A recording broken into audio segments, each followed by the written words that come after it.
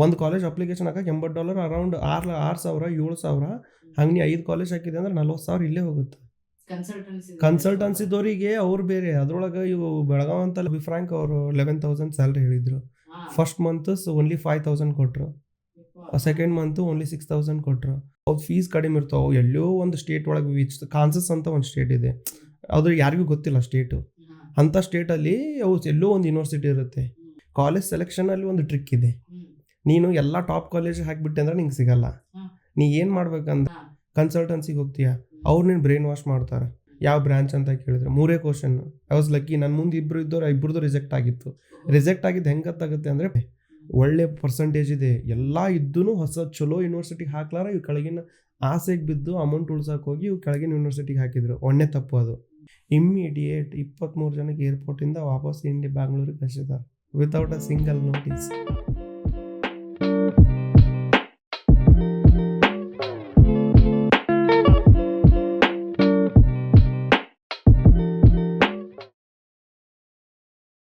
Welcome to Kannada head master. ಇವತ್ತಿನ guest US ದಿಂದ ಬಂದಾರ, ನವೀನ್ ಅಂತ ಹೇಳಿ. ಇವರು ಇಂಜಿನಿಯರಿಂಗ್ ಇಲ್ಲೇ ಬಾಗಲಕೋಟೆಯಲ್ಲಿ ಕಂಪ್ಲೀಟ್ ಮಾಡಿ ಮಾಸ್ಟರ್ಸ್ ಸಲುವಾಗಿ USA ಹೋಗ್ತಾರ. ಸೊ USA ದೊಳಗ ಮಾಸ್ಟರ್ಸ್ ಮುಗಿಸ್ಕೊಂಡು ಜಾಬ್ ದೊಳಗ ಕಂಟಿನ್ಯೂ ಆಗ್ಯಾರ ಅಲ್ಲೇ US ದೊಳಗ. ಸೊ ಆ ಪ್ರೊಸೆಸ್ ಹೆಂಗಿರ್ತದ, ಒಂದ್ಸರಿ ನೀವು ಇಂಜಿನಿಯರಿಂಗ್ ಮುಗಿಸಿ ಮಾಸ್ಟರ್ಸ್ ಮಾಡ್ಬೇಕಂದ್ರ ಆ ಪ್ರೊಸೆಸ್ ಏನಿರ್ತದ, ಹಂಗೆ ಅಲ್ಲಿ ಎಜುಕೇಶನ್ ಸಿಸ್ಟಮ್ ಹೆಂಗದ, ಜಾಬ್ ಕಲ್ಚರ್ ಹೆಂಗದ, ಅದ್ರ ಬಗ್ಗೆ ಡೀಟೇಲ್ ಆಗಿ ಇವತ್ತು ಕೇಳೋಣ. So welcome Naveen, welcome to Kannada head master. Thank you Akshay. ಎಲ್ಲ ಹೆಡ್ ಮಾಸ್ಟರ್ ಕಾರ್ಯಕ್ರಮ ನೋಡೋ ಎಲ್ಲ ವೀಕ್ಷಕರಿಗೂ ನನ್ನ ನಮಸ್ಕಾರಗಳು. ನೀ ಎಲ್ಲಿ ಎಜುಕೇಶನ್ ಎಲ್ಲಿ ಕಂಪ್ಲೀಟ್ ಮಾಡಿದೆ? ಓಕೆ, ನಾನು ಇನಿಷಿಯಲ್ ನಮ್ಮದು ಪ್ರಾಪರ್ ಬಂದು ಬಿಜಾಪುರ. ನಾನು ಎಜುಕೇಷನ್ ಸ್ಟಾರ್ಟ್ ಮಾಡಿದ್ದು ಬಾಗಲಕೋಟೆಯಲ್ಲಿ. ನೀವು ಬಿಜಾಪುರದವರು? ನಾ ಬಿಜಾಪುರ ಒಂದಾಲ. ನಮ್ಮ ತಂದೆಯವರು, ನಮ್ಮ ತಾಯಿಯವರು ಮುದ್ದೇಬಿಹಾಳ ಶಿರೋಳ ಅಲ್ಲಿ ಗ್ರಾಮ. ನಾವು ಇನಿಷಿಯಲಿ ನಮ್ಮ ಫಾದರ್ ಮುದ್ದೇಬಿಹಾಳದಲ್ಲಿ ವರ್ಕ್ ಮಾಡ್ತಿದ್ರು. ಅದಾದಮೇಲೆ ನಾವು ಚಿಕ್ಕವರಿದ್ದಾಗ ಅದು ಬೇಡ ಅಂತಂದು ಬಾಗಲಕೋಟೆಗೆ ಎಜುಕೇಷನ್ ಸಂಬಂಧ ಶಿಫ್ಟ್ ಆದ್ವಿ. ನನ್ನ ನರ್ಸರಿಯಿಂದ ಇಂಜಿನಿಯರಿಂಗ್ವರೆಗೂ ನಾನು ಬಾಗಲಕೋಟೆಯಲ್ಲೇ ಕಂಪ್ಲೀಟ್ ಮಾಡಿದ್ದು.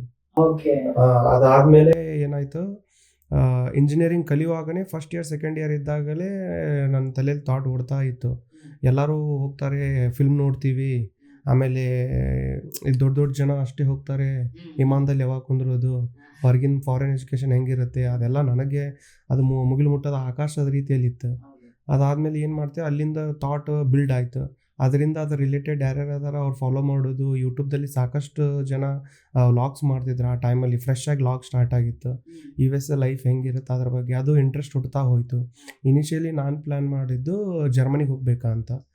ಬಿಕಾಸ್ ಮೆಕ್ಯಾನಿಕಲ್ ನಾವು ಇಂಜಿನಿಯರಿಂಗ್ ಮಾಡಿದ್ರಿಂದ ಜರ್ಮನಿಯಲ್ಲಿ ತುಂಬ ಅಪರ್ಚುನಿಟಿ ಇದೆ, ಮತ್ತು ಆಮೇಲೆ ಟೆಕ್ನಾಲಜಿ ಫಾಸ್ಟ್ ಐತಿ.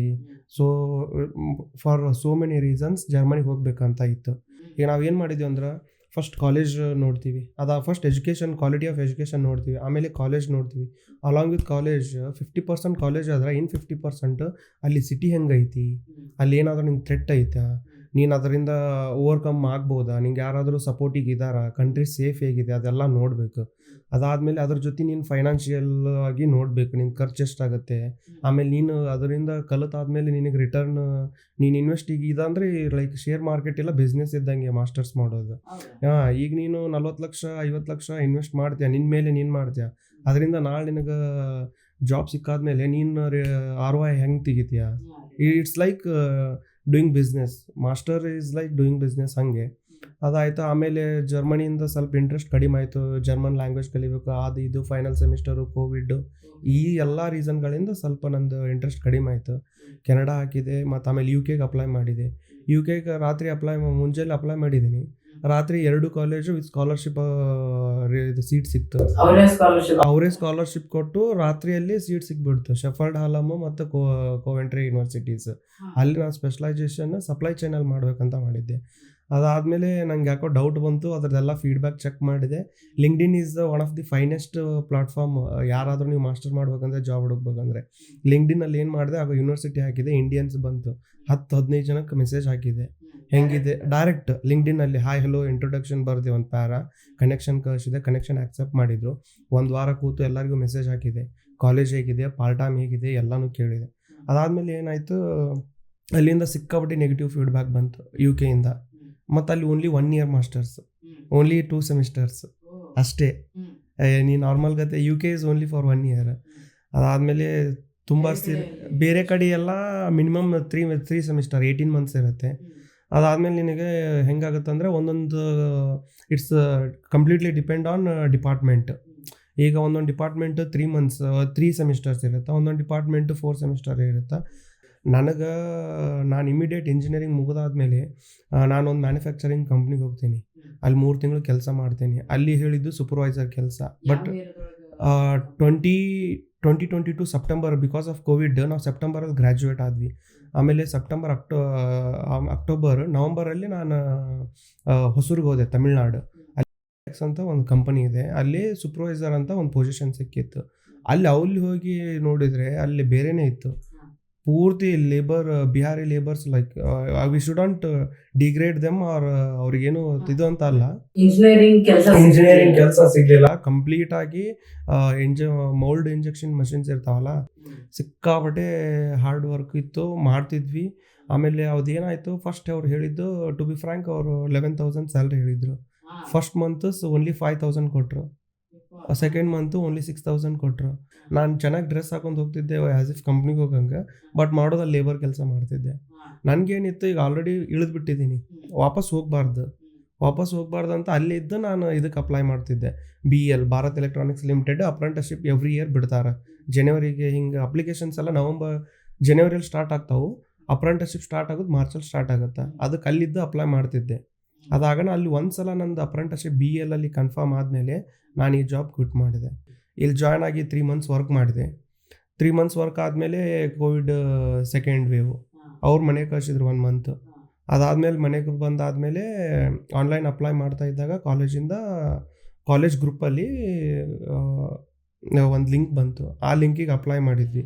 ಅಪ್ಲೈ ಮಾಡಿದಾದ್ಮೇಲೆ ಅದೇ ಜಾಬಿಗೆ ಅಪ್ಲೈ ಮಾಡಿದ್ವಿ. ಆ ಜಾಬು ಇಂಟರ್ನ್ಶಿಪ್ಪು, ಲೈಕ್ ಇಂಟರ್ವ್ಯೂ ಕೊಟ್ಟು ಎಲ್ಲ ಟೆಸ್ಟ್ ಪಾಸ್ ಆದಮೇಲೆ ಆ ಕಂಪ್ನಿಗೆ ಜಾಯ್ನ್ ಆದ್ವಿ. ಅಷ್ಟೊತ್ತಿಗೆ ಆಲ್ರೆಡಿ ಇಂಜಿನಿಯರಿಂಗ್ ಮುಗಿದು 1 ವರ್ಷ ಆಗಿಬಿಟ್ಟಿತ್ತು. ನಾನು ತುಂಬ ಡಿಲೇ ಇತ್ತು, ಕನಸಿತ್ತು ಮಾಡಬೇಕು ಅನ್ನೋದು. ಬಟ್ ಬಿಕಾಸ್ ಆಫ್ ಕೋವಿಡ್, ಮನೇಲಿ ಹೋಗಬೇಡ, ಅದು ಇದು ಸರ್ಟನ್ ಮತ್ತು ಜಾಬು ಇದೆಲ್ಲ ಮಧ್ಯೆ ನಾನು ಡಿಲೇ ಮಾಡ್ತಾ ಹೋದೆ. ನಾನು ಈ ಜಾಬು ನನಗೆ ಜೂನಲ್ಲಿ ಕನ್ಫರ್ಮ್ ಆಯಿತು, PLM ಇಂಜಿನಿಯರ್ ಅಂತ. ಅದು PLM ಇಂಜಿನಿಯರ್ ಜಾಬ್ ಸಿಕ್ಕಾದ್ಮೇಲೆ ಪ್ಯಾರಲಲ್ಲೇ ನಾನು ತುಂಬ ಸೀರಿಯಸ್ ಆಗಿಬಿಟ್ಟೆ. ಇನ್ನು ನಾನು ಮಾಡ್ಲಿಕ್ಕಂದ್ರೆ, ಯಾಕಂದ್ರೆ ಮಾಸ್ಟರ್ಸಿಗೆ ಹೋಗೋದು it's not a big task, but ನಮಗೆ ಪ್ರಾಪರ್ ರಿಸೋರ್ಸಸ್ ಇಲ್ಲ. ಬೆಂಗಳೂರದವ್ರಿಗೆ ರಿಸೋರ್ಸಸ್ ಸಾಕಷ್ಟು ಇರುತ್ತೆ. ಎಲ್ಲರ ಮನೇಲಿ 5 ಇಲ್ಲ 6 7 ಜನ ಹೋಗೇ ಇರ್ತಾರೆ, ಅವ್ರಿಗೆ ಅಲ್ಲಿ ರಿಲೇಟಿವ್ಸ್ ಇರ್ತಾರೆ, ಸಾಕಷ್ಟು ಇರುತ್ತೆ. ನಮ್ಮಲ್ಲಿ ಏನಾಗುತ್ತೆ, ನಮ್ಮ ಕಾಲೇಜಲ್ಲಿ ಅದರ ಸಪೋರ್ಟ್ ಇಲ್ಲ, ನಮ್ಮ ಸರ್ಕಲ್ ಆಫ್ ಫ್ರೆಂಡ್ಸ್ ಎಕ್ಸ್ಪೋಜರ್ ಇರಲ್ಲ. ನಮ್ಮ ಸರ್ಕಲ್ದಲ್ಲಿ ಯಾರು ನಾವು ಹಿಂಗೆ ಮಾಡೋಣ ಅಂತಂದ್ರೆ ಅದು ಎಲ್ಲರಿಗೂ ಫಸ್ಟ್ ಅಮೌಂಟ್ ಕೇಳೇ ಗಾಬರಾಗ್ಬಿಡ್ತಾರೆ. ಇಟ್ಸ್ ಲೈಕ್ ಇಲ್ಲಿ ಎಷ್ಟು ಈಗ ನೀನು ಮಾಸ್ಟರ್ಸ್ USA ಹೋಗ್ತೀಯಾ ಅಂತ ನಾನು ಫಿಕ್ಸ್ ಆದೆ. ಬಿಕಾಸ್ ಆಫ್ ಇಂಡಸ್ಟ್ರಿಯಲ್ ಇಂಜಿನಿಯರಿಂಗ್ ನನಗೆ ಮೆಕ್ಯಾನಿಕಲ್ ಇದ್ದಿದ್ದರಿಂದ ನಂಗೆ ಕೋರ್ ಹಾರ್ಡ್ವೇರ್ ಹೋಗೋದು ಇಷ್ಟ ಇದ್ದಿದ್ದಿಲ್ಲ. ನಾನು ಯಾವ ಥರ ಕೋರ್ಸ್ ಮಾಡಬೇಕಂದ್ರೆ, any company in the world should ready to take me, ಆ ಥರ ಕೋರ್ಸ್ ಮಾಡಬೇಕು. ಆ ಥರ ಕೋರ್ಸಲ್ಲಿ ಫಸ್ಟ್ ಮೈಂಡಲ್ಲಿ ಫಿಕ್ಸ್ ಆಯಿತು. ಕಂಪ್ಲೀಟ್ಲಿ ಫಸ್ಟ್ ಮಾಸ್ಟರ್ಸ್ ಮಾಡಬೇಕಂತ ಫಿಕ್ಸ್ ಆಯಿತು. ಅಲ್ಲಿಂದ ಚಾಲೆಂಜಸ್ ಸ್ಟಾರ್ಟ್ ಆಗುತ್ತೆ. ಫಸ್ಟ್ ಕಂಟ್ರಿ ಸೆಲೆಕ್ಟ್ ಮಾಡಿದೆ, USA ಹೋಗಲೇಬೇಕು ಅಂತಂದ. USA ಹೋಗ್ಬೇಕಂತ ಅಂದಮೇಲೆ ನಾವು ಸಿಕ್ಕಿದ ರ್ಯಾಂಡಮ್ ಕೋರ್ಸಿಗೆ ಅಪ್ಲೈ ಮಾಡೋಕ್ಕಾಗಲ್ಲ. ಬಟ್ ನೀವು ಏನೇ ಮುಂದೆ ಮಾಡ್ತೀಯ, ಇಂಜಿನಿಯರಿಂಗ್ವರೆಗೂ there will be like 20-30 subjects ನೀನು ಓದ್ತೀಯ, ಬರೀತೀಯ, ಅದರಲ್ಲಿ ನೀ ಯಾವುದರಲ್ಲಿ ಎಕ್ಸ್ಪರ್ಟ್ ಆಗಲ್ಲ. ಟು ಬಿ ಫ್ರ್ಯಾಂಕ್, ಎಲ್ಲರೂ ಈವನ್ ಎನಿ ಡಿಪಾರ್ಟ್ಮೆಂಟ್ ಅವ್ರು ತುಂಬ 20-30-40 ಸಬ್ಜೆಕ್ಟ್ಸ್ ಎಲ್ಲ ಕಲಿತಾರೆ. ಫೈನಲಿ ಬಂದು ಕೋರ್ಸ್ ಮಾಡೇ ಜಾಬ್ ಮಾಡ್ತಾರೆ. ಯಾವುದರಲ್ಲಿ ಎಕ್ಸ್ಪೋಜರ್ ಅಂದರೆ ಪರ್ಟಿಕ್ಯುಲರ್ ಇದೇ ಫೀಲ್ಡಲ್ಲಿ ಅವ್ರು ಎಕ್ಸ್ಪರ್ಟ್ ಆಗಲಿಕ್ಕೆ ಸಾಧ್ಯನೇ ಇಲ್ಲ ಇಂಜಿನಿಯರಿಂಗಲ್ಲಿ. ಅದರಿಂದ ಏನಾಗುತ್ತೆ, ನೀವು ಮಾಸ್ಟರ್ಗೆ ಹೋಗೋಕ್ಕಿಂತ ಮುಂಚೆ you should be very like have a specific goal. ಅವರೆಲ್ಲ ಸ್ಪೆಸಿಫಿಕ್ ಸಬ್ಜೆಕ್ಟ್ ಮಾಡಬೇಕು, ಇದೇ ಫೀಲ್ಡಲ್ಲಿ ಹೋಗಬೇಕು, ಇದೇ ಸಬ್ಜೆಕ್ಟ್ ಮಾಡಬೇಕು ಅಂತ. ಈಗ ಮೆಕ್ಯಾನಿಕಲಲ್ಲೇ ತೊಗೊಂಡ್ರೆ ಥರ್ಮಲ್ ಅಂತಲೇ ಒಂದು ಮಾಸ್ಟರ್ಸ್ ಬೇರೆ ಇರುತ್ತೆ, ಇಂಡಸ್ಟ್ರಿಯಲ್ ಇಂಜಿನಿಯರ್ ಅಂತೆ ಮಾಸ್ಟರ್ಸ್ ಬೇರೆ ಇರುತ್ತೆ, ಮ್ಯಾನುಫ್ಯಾಕ್ಚರಿಂಗ್ ಅಂತಲೇ ಒಂದು ಬೇರೆ ಇರುತ್ತೆ, ಪ್ರೊಡಕ್ಷನ್ ಇಂಜಿನಿಯರ್ ಅಂತಲೇ ಒಂದು ಬೇರೆ ಇರುತ್ತೆ. ಹಂಗೆ ಬೇರೆ ಬೇರೆ ರೀತಿಯಲ್ಲಿ ಇವು ಮಾಸ್ಟರ್ಸ್ ಕೋರ್ಸಸ್ ಆಗಿರ್ತಾವೆ. ಅದ್ರಾಗ ನಾವು ಫಸ್ಟ್ ಎಲ್ಲಿಂದ ಸ್ಟಾರ್ಟ್ ಮಾಡಿದ್ವಿ ಅಂತಂದರೆ ಇಂಡಸ್ಟ್ರಿಯಲ್ ಇಂಜಿನಿಯರಿಂಗ್ ಈಗ ನಾನು ಹಿಂದ್ಗಡೆ ಹೇಳಿದಾಗೆ any company in the world should ready to take me. ಹಾಗಾದರೆ ನಾವು ಯಾವ ಥರ ಸ್ಕಿಲ್ಡ್ ಆಗಿರಬೇಕು ಅಂತ ನಮ್ಮ ತಲೆಯಲ್ಲಿ ನಾವು ಬರಬೇಕು. ಅದರಲ್ಲಿ ಏನಾಯಿತು, ನಿನಗೆ 2 option. As a mechanical engineer ನಾನಾಗಿರೋದ್ರಿಂದ ನನಗೆ 2 ಆಪ್ಷನ್ ಹೊಳಿತು. ಒಂದು, ನೀನು MBA ಮಾಡಬೇಕು, ಇಲ್ಲ ಒಂದು ಇಂಡಸ್ಟ್ರಿಯಲ್ ಇಂಜಿನಿಯರಿಂಗ್ ಮಾಡಬೇಕು. ಇಂಡಸ್ಟ್ರಿಯಲ್ ಇಂಜಿನಿಯರಿಂಗ್ ಅಂದರೆ ಕಂಪ್ಲೀಟ್ ನೀನೇನು ಫ್ಯಾಕ್ಟ್ರಿಯಲ್ಲಿ ಇರೋದೇ ಅಲ್ಲ. Industrial engineering is nothing but mini MBA ಅಂತ ನೀವು ತಿಳ್ಕೊಬೋದು. ಈ ಮಿನಿ MBA ಆಗಾದರೆ ಇಂಡಸ್ಟ್ರಿಯಲ್ ಇಂಜಿನಿಯರಿಂಗಲ್ಲಿ ಅರ್ಧ ಟೆಕ್ನಿಕಲ್ ಇರುತ್ತೆ, ಅರ್ಧ ಮ್ಯಾನೇಜ್ಮೆಂಟ್ ಕೋರ್ಸಸ್ ಇರುತ್ತೆ. ಅದರಲ್ಲಿ ನಿಂಗೆ ಎಲೆಕ್ಟಿವ್ಸ್ ಯಾವ್ಯಾವ ಬೇಕೋ ಆ ರೀತಿ ತೊಗೋತಾ ಇರಬೇಕು. ಅದನ್ನು ಎಜುಕೇಷನಲ್ಲಿ ಮುಂದೆ ನಾನು ಎಕ್ಸ್ಪ್ಲೇನ್ ಮಾಡ್ತೀನಿ. ಫಸ್ಟ್ ಅದಾದಮೇಲೆ ಡಿಪಾರ್ಟ್ಮೆಂಟ್ ಸೆಟ್ ಆಯಿತು ಇಂಡಸ್ಟ್ರಿಯಲ್ ಇಂಜಿನಿಯರಿಂಗ್ ಮಾಡಬೇಕಂತ. ಅದಾದಮೇಲೆ ಇನ್ನು ಕಾಲೇಜ್ ಶಾರ್ಟ್ ಲಿಸ್ಟ್ ಮಾಡಬೇಕು. ಕಾಲೇಜ್ ಶಾರ್ಟ್ ಲಿಸ್ಟ್ ಮಾಡಬೇಕಂತ ಅಂದಾಗ ನೀನು ಯಾವ್ದು ರೀತಿ ಕಾಲೇಜ್ ಹುಡುಕ್ಬೇಕಂತಂದರೆ ಅದು ತುಂಬ ರೆಪ್ಯುಟೇಷನ್ ಇರಬೇಕು ಕಾಲೇಜು. USAಯಲ್ಲಿ ತುಂಬ ಅಂದರೆ ತುಂಬ ಕಾಲೇಜಸ್ ಇವೆ. ಇದು ಎಲ್ಲ ಕಾಲೇಜಸ್ಸು ವಿತ್ ಸ್ಕಾಲರ್ಶಿಪ್ ನೀನು ಕೊಡ್ತವೆ. ಅದು ನಿನ್ನ ಗೋಲ್ ಏನಾಗಿರಬೇಕಂದ್ರೆ ನೀನು ಒನ್ ಆಫ್ ದಿ ಫೈನೆಸ್ಟ್ ಕಾಲೇಜಲ್ಲಿ ಮಾಡಬೇಕು ಅನ್ನೋದು ನಿನ್ನ ಗೋಲ್ ಆಗಿರಬೇಕು. ಈಗ ಯಾವ್ದಾರು ರ್ಯಾಂಡಮ್ ಕಾಲೇಜ್ ಸೆಲೆಕ್ಟ್ ಮಾಡಿದೆ ಅಂದ್ರೆ ಏನಾಗ್ತದೆ? ರ್ಯಾಂಡಮ್ ಕಾಲೇಜ್ ಸೆಲೆಕ್ಷನ್ ನೀನು ಮಾಡ್ತಿರಲ್ಲ. ಇಲ್ಲಿ ಒಂದು ಟ್ರಿಕ್ ಇದೆ. ಏನಾಗುತ್ತೆ ಅಂದರೆ ನೀನು ಮಾಸ್ಟರ್ಸ್ ಮಾಡಬೇಕು. ಅದಕ್ಕಿಂತ ಮುಂಚೆ ನೀನು ಏನು ಮಾಡ್ತೀಯಾ, ಎಲ್ಲರೂ ಒಂದು ಕುರಿ ಬ್ಯಾ ಅಂದರೆ ಒಂದು ಬ್ಯಾ ಅಂದಂಗೆ ಎಲ್ಲರೂ ಕನ್ಸಲ್ಟೆನ್ಸಿಗೆ ಹೋಗ್ತಾರೆ. ಕನ್ಸಲ್ಟೆನ್ಸಿಗೆ ಹೋಗ್ತೀಯಾ, ಅವ್ರು ನೀನು ಬ್ರೈನ್ ವಾಶ್ ಮಾಡ್ತಾರೆ. ಈ ಕನ್ಸಲ್ಟೆನ್ಸಿದವ್ರು ಏನು ಮಾಡ್ತಾರೆ? ಕನ್ಸಲ್ಟೆನ್ಸಿದವ್ರು ಏನು ಮಾಡ್ತಾರೆ, ನಿನಗೆ ಅದ್ರ ಬಗ್ಗೆ ಏನೂ ಐಡಿಯಾ ಇರಲ್ಲ. ಬಿಕಾಸ್ ನಾವು ಎಕ್ಸ್ಪ್ಲೋರ್ ಮಾಡಲ್ಲ. ಅದೇ ನಾವು ತಪ್ಪು ಮಾಡೋದು ಫಸ್ಟ್ ಆಫ್ ಆಲ್. ಈಗ ನಮ್ಗೆ ಹೋಗ್ಬೇಕಂತ ಈ USAಗೆ ನೀನು ಹೋಗ್ಬೇಕಂತ ನೀನು ಸುಮ್ಮನೆ ಕುಂತ್ಬಿಟ್ರೆ ಆಗಲ್ಲ. ನೀನು ಅವ್ರು ಏನು ಮಾಡ್ತಾರೆ, ನಿಮ್ಮ ಫಾದರ್ ನಿಮ್ಮ ಮನೆಯಾಗಲೇ ನಿಮ್ಮ ಮದರ್ಗೆ ಆ ವಿಷಯ ಗೊತ್ತಾಗುತ್ತೆ. ನಿನ್ನ ಗೋಲು ನೀನು ಮಾಸ್ಟರ್ಸ್ ಮಾಡ್ಬೇಕಂತ ಇದ್ದಾನೆ, ಅವ್ರ ಮಗನಿಗೆ ಗೊತ್ತಾಗುತ್ತೆ. ಅವ್ರು 4-5 ಮಂದಿಗೆ ಹೇಳ್ತಾರೆ, ನೀನು 4-5 ಮಂದಿ ಸೀನಿಯರ್ಸಿಗೆ ಕೇಳ್ತೀಯ. ಅವ್ರನ್ನ ಆ ಕನ್ಸಲ್ಟೆನ್ಸಿ ಈ ಕನ್ಸಲ್ಟೆನ್ಸಿ ಹೇಳ್ತಾರೆ. ನೀ ಕನ್ಸಲ್ಟೆನ್ಸಿಗೆ ಹೋಗ್ತೀಯ, ಅವ್ರು ಏನು ಮಾಡ್ತಾರೆ, ಅವರಿಗೆ ಒಂದಿಷ್ಟು ಸಣ್ಣ ಪುಟ್ಟ ಯೂನಿವರ್ಸಿಟೀಸ್ ಅವರಿಗೆ ಟೈಪ್ ಇರ್ತಾವೆ. ಅವ್ರು ಏನು ಮಾಡ್ತಾರೆ, ಬರೀ ಅವಕ್ಕೆ ಅಷ್ಟು ಹಾಕ್ತಾರೆ. ಇದು ನನ್ನ ಕೇಸಲ್ಲಿ ಆಗಿತ್ತು. ನಾನು ಬೆಳಗಾವಲ್ಲಿ ಒಂದು ಕನ್ಸಲ್ಟೆನ್ಸಿ ಇದೆ, ನಾನು ಏನು ತೊಗೊಳಲ್ಲ. ಬಟ್ ಅವ್ರು ಏನು ಮಾಡಿದ್ರು, ನಾನು 5 ಕಾಲೇಜ್ ಸೆಟ್ ಆಗಿದ್ದೆ. ಟೆಕ್ಸಸ್ A&M ಒಂದು, ಆಮೇಲೆ ಶಿಕಾಗೋದಲ್ಲಿ ಯೂನಿವರ್ಸಿಟಿ ಆಫ್ ಇಲಿನಾಯ್ಸ್ ಅದು second college, north eastern college, ಮತ್ತು ಯೂನಿವರ್ಸಿಟಿ ಆಫ್ ಸದರ್ನ್ ಕ್ಯಾಲಿಫೋರ್ನಿಯಾ, ಆಮೇಲೆ ವಿಚ್ತಾ ಯೂನಿವರ್ಸಿಟಿ. ಇವೆಲ್ಲ ಇದರಲ್ಲಿ ಕಾಲೇಜ್ ಸೆಲೆಕ್ಷನಲ್ಲಿ ಒಂದು ಟ್ರಿಕ್ ಇದೆ. ನೀನು ಎಲ್ಲ ಟಾಪ್ ಕಾಲೇಜ್ ಹಾಕಿಬಿಟ್ಟೆ ಅಂದ್ರೆ ನಿಂಗೆ ಸಿಗಲ್ಲ. ನೀ ಏನು ಮಾಡ್ಬೇಕಂದ್ರೆ ನಿಂದೊಂದು ಗೋಲ್ ಇರಬೇಕು. Maximum number of college universities you have to apply is like 8 ಇದ್ದರೆ ಸಾಕು. ಅದರಲ್ಲಿ 3 ಟಾಪ್ ಕಾಲೇಜು ನಿಂಗೆ ಸಿಕ್ಕರ ಲಕ್ ಸಿಗ್ಲಿಕ್ಕಂದ್ರೆ ಇಲ್ಲ. ಅದರಲ್ಲಿ ನಂದಿರೋದು ಟೆಕ್ಸಸ್ A&M ಮತ್ತು ಆಮೇಲೆ university of southern California. This the finest college target. ಆಮೇಲೆ ಮಿಡ್ ಹಾಕಬೇಕು. ಇವು ನಿನಗೆ 80% ಸಿಗ್ತಾವೆ, ಕಾನ್ಫಿಡೆನ್ಸ್ ಇರೋ ನಿನಗೆ ಹಾಕಬೇಕು. ಲಾಸ್ಟಿಗೆ ಸಣ್ಣ ಪುಟ್ಟ ಕಾಲೇಜ್ ಯೂನಿವರ್ಸಿಟೀಸ್ ಅಂದ್ರೆ ನಾವು ಪ್ರಿಯಾರಿಟಿ ಕೊಡಬೇಕು. ಪ್ರಿಯಾರಿಟಿ ಕೊಟ್ಟು ಈಗ ಹೆಂಗೆ ನಾವು ಶೇರಲ್ಲಿ large cap, mid cap, small cap ಅಲ್ಲ, ಹಂಗೆ ಯೂನಿವರ್ಸಿಟಿಯಲ್ಲಿ ಟಾಪ್ ಪ್ರಿಯಾರಿಟಿ, ಮಿಡ್, ಸ್ಮಾಲ್ ಈ ರೀತಿ ನೀವು ಒಂದು ಕ್ಯಾಟಗರೈಸ್ ಮಾಡಬೇಕು. ಅದು ಎಲ್ಲ ಜನ ಏನು ಮಾಡ್ತಾರೆ ಅಂದರೆ 9 ರೂಲ್ ಫಾಲೋ ಮಾಡ್ತಾರೆ. First 3 top, mid 3, small 3, 3 9 universities. ಅದರಲ್ಲಿ ಇದು ಒಂದು ಟ್ರಿಕ್. ಕಾಲೇಜ್ ಅಪ್ಲೈ ಮಾಡಬೇಕಂದ್ರೆ ನೀವು ಮಾಸ್ಟರ್ಸ್ಗೆ ಹೋಗ್ತೀವಿ ಕಾಲೇಜ್ ಅಪ್ಲೈ ಮಾಡ್ಬೇಕಂತಂದರೆ ಅದರಲ್ಲಿ ಇವ್ರು ಏನು ಮಾಡ್ತಾರೆ, ಇವ್ರಿಗೆ ಒಂದು 10-15 ಕಾಲೇಜಸ್ ಇರ್ತಾವೆ. ಅವ್ರು ಫೀಸ್ ಕಡಿಮೆ ಇರ್ತಾವೆ. ಎಲ್ಲೋ ಒಂದು ಸ್ಟೇಟ್ ಒಳಗೆ ಕಾನ್ಸಸ್ ಅಂತ ಒಂದು ಸ್ಟೇಟ್ ಇದೆ, ಅದು ಯಾರಿಗೂ ಗೊತ್ತಿಲ್ಲ ಸ್ಟೇಟು. ಅಂಥ ಸ್ಟೇಟಲ್ಲಿ ಅವು ಎಲ್ಲೋ ಒಂದು ಯೂನಿವರ್ಸಿಟಿ ಇರುತ್ತೆ, ಅಂಥಲ್ಲಿ ಅವ್ರು ಟೈಪ್ ಇರುತ್ತೆ. ಅವ್ರು ಇಷ್ಟು ಸ್ಟೂಡೆಂಟ್ಸ್ ಕಳಿಸಿದ್ರೆ ಅವ್ರಿಗೆ ಇಷ್ಟು ಕಮಿಷನ್ ಸಿಗ್ತಿರುತ್ತೆ. ಇದು ಡಾರ್ಕ್. ಅವ್ರು ಏನು ಮಾಡ್ತಾರೆ, ಸ್ಟೂಡೆಂಟಿಗೆ ನೀವು ಹೇಳಿದ್ಬಿಟ್ಟು ಅಲ್ಲೆಲ್ಲ ಹಾಕಿಸಿ ಆ ಪ್ರೊಸೆಸ್ ಮಾಡಿಬಿಡ್ತಾರೆ. ಆಮೇಲೆ ಸಫರ್ ಆಗೋದು ಯಾರು? ಸ್ಟೂಡೆಂಟ್ಸ್. ಅಲ್ಲಿ ಹೋದ್ಮೇಲೆ ಸಿಕ್ಕಾಪಟ್ಟೆ ಚಾಲೆಂಜಸ್ ಇರ್ತಾವೆ. Studying in one of the finest universities, studying in one of the normal universities. ಅದು ಈಗ ಬೆಂಗಳೂರಲ್ಲಿ ನಾವು ಹೆಂಗೆ ಇಲ್ಲಿ ಕರ್ನಾಟಕ ಎಕ್ಸಾಮ್ ತೊಗೊಂಡ್ರೆ ನೀನು RVL ಕಲಿತೆ ಇಂಜಿನಿಯರಿಂಗ್, RV BMS ಇಲ್ಲಿ ಕಲಿತೆ, ನಿಂಗೆ ಜಾಬ್ ಅಪರ್ಚುನಿಟೀಸ್ ಎಷ್ಟು ಬರ್ತಾವೆ ಕಾಲೇಜ್ ಕ್ಯಾಂಪಸ್ಸಿಗೆ. ಆ ರೀತಿಯಲ್ಲಿ ಇದೇ ಸೇಮ್ ಸ್ಟ್ರಾಟಜಿ ಅಲ್ಲಿ ಫಾಲೋ ಮಾಡ್ತಾರೆ. ಅದಕ್ಕೆ ನಿಂದು ಕೆರಿಯರ್ ಇದು like doing masters is like accomplished something big. ಈಗ ಹೆಂಗೆ ಒಬ್ಬ ಲೈಕ್ ಸಿಂಗರಿಗೆ ಆಸ್ಕರ್, ಇಲ್ಲ ಒಬ್ಬ ಫಿಲ್ಮ್ ಮೇಕರ್ಗೆ ಆಸ್ಕರ್ ಸಿಗುತ್ತಲ್ಲ, ಆ ರೀತಿಯಲ್ಲಿ ನೀನು ಮಾಸ್ಟರ್ಸ್ ಮಾಡಿದ್ರೆ it's your biggest achievement in the life. ಆ ರೀತಿ ಅದು ನಿನ್ನ ಲೈಫನ್ನು ಗ್ರೌಂಡ್ ಲೆವೆಲಿಂದ ಟಾಪ್ ಲೆವೆಲಿಗೆ ಎತ್ತಿ ಎನ್ಹಾನ್ಸ್ ಮಾಡಿಬಿಡುತ್ತೆ, 10x ಎನ್ಹಾನ್ಸ್ ಮಾಡಿಬಿಡುತ್ತೆ. ಅದ್ರ ಸಂಬಂಧ ನಾವು ಇಲ್ಲಿ ಬಿ ಕೇರ್ಫುಲ್ ಆಗಿರಬೇಕು. ಅವರು ಅಮೌಂಟ್ ತೊಗೋತಾರೆ, ಲೈಕ್ ಅದು ಕನ್ಸಲ್ಟೆಂಟ್ ಮಾಡಲಿ ತೊಗೊಳ್ಳಿ, ಬಟ್ ಅದು ಹಗಲು ದರೋಡೆನೇ ಇರಬೇಕು. ಹಗಲು ದರೋಡೆನೇ ಮಾಡ್ತಾರೆ ಅವರು. ಅದು ಖಂಡಿತವಾಗಿ ಹಗಲರ್ ದೊಡ್ಡ. ಯಾಕಂದ್ರೆ ನಿಂಗೆ ಸಾಕಷ್ಟು ಯೂಟ್ಯೂಬ್ ಮಟೀರಿಯಲ್ ಇರುತ್ತೆ. ಯೂನಿವರ್ಸಿಟಿ ವೆಬ್ಸೈಟ್ದಾಗ ಅವ್ರು ಓನ್ ವಿಡಿಯೋ ಬಿಟ್ಟಿರ್ತಾರೆ ಹೆಂಗೆ ಅಪ್ಲೈ ಮಾಡ್ಬೇಕು ಕಾಲೇಜಿಗೆ ಅನ್ನೋದು. ಜಸ್ಟ್ ನೀನು ಯೂನಿವರ್ಸಿಟಿ ವೆಬ್ಸೈಟ್ ಓಪನ್ ಮಾಡಬೇಕು, ಅಲ್ಲೇ ಡಿಪಾರ್ಟ್ಮೆಂಟ್ ಒಳಗೆ ಹೋಗ್ಬೇಕು, ಅಲ್ಲಿ ಹೌ ಟು ಅಪ್ಲೈ ಅಂತ ವಿತ್ ಡಾಕ್ಯುಮೆಂಟ್ ಇರುತ್ತೆ, ವಿತ್ ಸೆಲ್ಫ್ ವಿಡಿಯೋಸ್ ಇರ್ತಾವೆ. ಅದೆಲ್ಲ ಇದ್ದಾಗ ಇವ್ರು ಏನು ಮಾಡ್ತಾರೆ ಅಂದ್ರೆ, ನನ್ನ ಕೇಸಲ್ಲಿ ಆಗಿದ್ದೇನೆಂದ್ರೆ, ನಾನು ಇವ್ರಿಗೆ ಹೇಳಿದೆ ಅವರು ಎಷ್ಟೋ ಸಣ್ಣ ಪುಟ್ಟ ಅಲ್ಲಿ ಇಂಡಸ್ಟ್ರಿಯಲ್ ಇಂಜಿನಿಯರಿಂಗ್ ಇತ್ತು, ಬಟ್ ನೇಮ್ ಇದ್ದಿದ್ದಿಲ್ಲ. ಅಲ್ಲಿ ಇಂಡಿಯನ್ಸ್ ಹುಡುಕಿದ್ರೆ ಲಿಂಕ್ಡ್ಇನ್ನಲ್ಲಿ 2-3 ಇಲ್ಲ PhD ಸ್ಟೂಡೆಂಟ್ ಅಷ್ಟೇ ಇದ್ರು. Over all strength of the class 3-4 ಜನ ಇತ್ತು. ಹಿಂಗೆಲ್ಲ ಇತ್ತು. ಲೈಕ್ ನಾನು ಫೋರ್ಸ್ ಮಾಡಿದೆ ಅವರಿಗೆ, ನನಗೆ ಬೇಡ ಯೂನಿವರ್ಸಿಟಿ, ನಾನು ನಿನಗೆ ದುಡ್ಡು ಕೊಡ್ತಿದ್ದೀನಿ. ಆಮೇಲೆ ನೀನು ಕನ್ಸಲ್ಟೆನ್ಸಿಗೆ ದುಡ್ಡು ಕೊಡಬೇಕು. ಆಮೇಲೆ ಒಂದು ಕಾಲೇಜ್ ಅಪ್ಲಿಕೇಶನ್ ಹಾಕಕ್ಕೆ ಸಪ್ರೇಟ್ ಫೀಸ್ ಇರ್ತಾವೆ. ಒಂದು ಕಾಲೇಜ್ ಅಪ್ಲಿಕೇಶನ್ ಹಾಕಕ್ಕೆ $80, ಅರೌಂಡ್ 6,000-7,000. ಹಂಗೆ ನೀ 5 ಕಾಲೇಜ್ ಹಾಕಿದೆ ಅಂದ್ರೆ 40,000 ಇಲ್ಲೇ ಹೋಗುತ್ತೆ. ಕನ್ಸಲ್ಟೆನ್ಸಿದವರಿಗೆ ಅವ್ರು ಬೇರೆ. ಅದ್ರೊಳಗೆ ಇವು ಬೆಳಗಾವ್ ಅಂತಲ್ಲೆಲ್ಲ 30,000 ತೊಗೋತಾರೆ, ಬೆಂಗಳೂರು ಅಂತಲ್ಲೆಲ್ಲ 1,00,000 ತೊಗೋತಾರೆ ಬರೀ ಕನ್ಸಲ್ಟ್ ಮಾಡಕ್ಕೆ. ನಿನ್ನಂಗೆ 1,000 ಸ್ಟೂಡೆಂಟ್ಸ್ ಇರ್ತಾರೆ ಅಲ್ಲಿ. ಇದು is a biggest scam running ನವೆ ಡೇಸ್. ಅದಕ್ಕಿಂತ ನಾವು ಸೆಲ್ಫ್ ಮಾಡ್ಬೋದು, ಎಲ್ಲ ಕೆಲಸನೂ ನಾವು ಸೆಲ್ಫೇ ಮಾಡ್ಬೋದು. ಅದು ಬೇರೆ ಕನ್ಸಲ್ಟೆನ್ಸಿದವ್ರು ಯಾವುದೋ ಒಂದು ಥರ್ಡ್ ಕ್ಲಾಸ್ ಕಾಲೇಜ್ ಕೊಟ್ಟರು, ಯೂನಿವರ್ಸಿಟಿ ಸೆಲೆಕ್ಟ್ ಆಯಿತು, ಬಟ್ ನೀ ಅದನ್ನು ಹೋಗಲಿಲ್ಲ. ಇಲ್ಲ, ಅವ್ರು ನನಗೆ ನಾನು 5 ಶಾರ್ಟ್ ಲಿಸ್ಟ್ ಮಾಡಿದ್ದೆ. ನಾನು ಏನಾಗಿ ಜಸ್ಟ್ ಮೆನ್ಷನ್ ಮಾಡಿದ್ದು, ನಾನು 5 ಮಾಡಿದ್ದೆ. ಅವರು ರ್ಯಾಂಡಮ್ ಆಗಿ ಯಾವ್ಯಾವ ಯೂನಿವರ್ಸಿಟಿ ಕೊಟ್ಟರು. ನಾನು ಚೆಕ್ ಮಾಡಿದ್ರೆ ಅದ್ರದ್ದು ತಳ ಇಲ್ಲ ಬುಡ ಇಲ್ಲ. ಸುಮ್ಮನೆ ಅದ್ರ ರಿವ್ಯೂಸ್ ಇಲ್ಲ, ಅಲ್ಲಿ ಕಲ್ತೋರು ಯಾರು ಲಿಂಕ್ಡ್ಇನ್ದಾಗ ಸಿಗ್ತಾ ಇಲ್ಲ. ಏನು ಮಾಡ್ಬೇಕಂತ ಗೊತ್ತಾಗಲಿಲ್ಲ. ನಾನು ಅವ್ರಿಗೆ ಫೋರ್ಸ್ ಮಾಡಿದೆ, ಇವು 5 ಹಾಕಿದ್ರೆ ನಾನು ನಿಮ್ಮ ಕಡೆ ಹಾಕ್ತೀನಿ, ಇಲ್ಲಿಕಂತಂದ್ರೆ ನಾನು ಬೇರೆ ಕನ್ಸಲ್ಟೆನ್ಸಿ ಚೇಂಜ್ ಮಾಡ್ತೀನಿ, ಇಲ್ಲ ನಾನು ಸೆಲ್ಫ್ ಹಾಕ್ತೀನಿ ಅಂತಂದು ನಾನು ಎವ್ರಿ ಟೈಮ್ ಬಾಗಲಕೋಟೆಯಿಂದ ಬೆಳಗಾವಿಗೆ ಸ್ಯಾಟರ್ಡೆ ಸಂಡೇ ಹೋಗಿ ಇದ್ದು ಕಣ್ಮುಂದೆ ಕುಂತು ಹಾಕಿಸ್ತಿದ್ದೆ.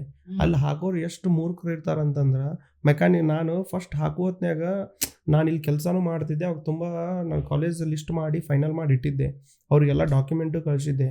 1-2 ಸಲ ಹೋಗೋದಾಗಿದ್ದಿಲ್ಲ. ನಾ ಏನು ಟಾಪ್ ಪ್ರಿಯಾರಿಟಿ ಕಾಲೇಜ್ ಹೇಳಿದ್ನಲ್ಲ, ಯೂನಿವರ್ಸಿಟಿ ಆಫ್ ಸದರ್ನ್ ಕ್ಯಾಲಿಫೋರ್ನಿಯಾ ಮತ್ತು ಟೆಕ್ಸಸ್ A&M, ಇವೆರಡು ಯೂನಿವರ್ಸಿಟಿಗೆ ಅಪ್ಲಿಕೇಶನ್ ಹಾಕೋದ್ರಲ್ಲಿ ತುಂಬ ಮಿಸ್ಟೇಕ್ಸ್ ಮಾಡಿದರು. BE bachelor of engineering spelling ತಪ್ಪು ಮಾಡಿದರು, ಮೆಕ್ಯಾನಿಕಲ್ ಇಂಜಿನಿಯರಿಂಗ್ ಸ್ಪೆಲ್ಲಿಂಗ್ ತಪ್ಪು ಮಾಡಿದರು. ಇದು ಎಷ್ಟು ನನಗೆ ಹರ್ಟ್ ಆಗಿದ್ದು ನಾನು ನೋಡಿದ್ದಿಲ್ಲ. ಅಂದರೆ ನನಗೆ ಏನಾಗುತ್ತೆ ಅಂದರೆ, ಈಗ ನಾನು ಕಂಪ್ಲೀಟ್ ಪ್ರಾಸೆಸ್ ಹೇಳ್ಬಿಡ್ತೀನಿ. ನೀವು ಮಾಸ್ಟರ್ಸ್ ಮಾಡಬೇಕಂತಂದರೆ ಇದು 1 ವರ್ಷದ ಪ್ರಾಸೆಸ್ ಕಂಪ್ಲೀಟ್ ಆಗಿ. ನೀ ಇವತ್ತು ಮಾಡಿ ನಾಳೆಗೆ ಹೋಗ್ತೀನಿ ಅಂದರೆ ಆಗಲ್ಲ. ಫಸ್ಟ್ ನಾನು ಫಾಲೋ ಮಾಡಿದ್ದು ಐಡಿಯಲ್ ಟೈಮ್ ಲೈನ್ ಅಂತಂದರೆ ಜೂನ್, ಜುಲೈ ಮತ್ತು ಆಗಸ್ಟ್. ಈ 3 ತಿಂಗಳು ನೀನು college as per college requirement ನಿನಗೆ 3 ಎಕ್ಸಾಮ್ಸ್ ಬರ್ತಾವೆ. ಒಂದು IELTS ಅಂತ, ಅದು ನಿನಗೆ ಬ್ಯಾಂಡ್ 7, ಮ್ಯಾಕ್ಸಿಮಮ್ ಇಸ್ 9, ಬಟ್ ನಿನಗೆ ಎಲ್ಲ ಕಾಲೇಜಸ್ ಸಿಗಬೇಕಂದ್ರೆ 7 ಇರಬೇಕು.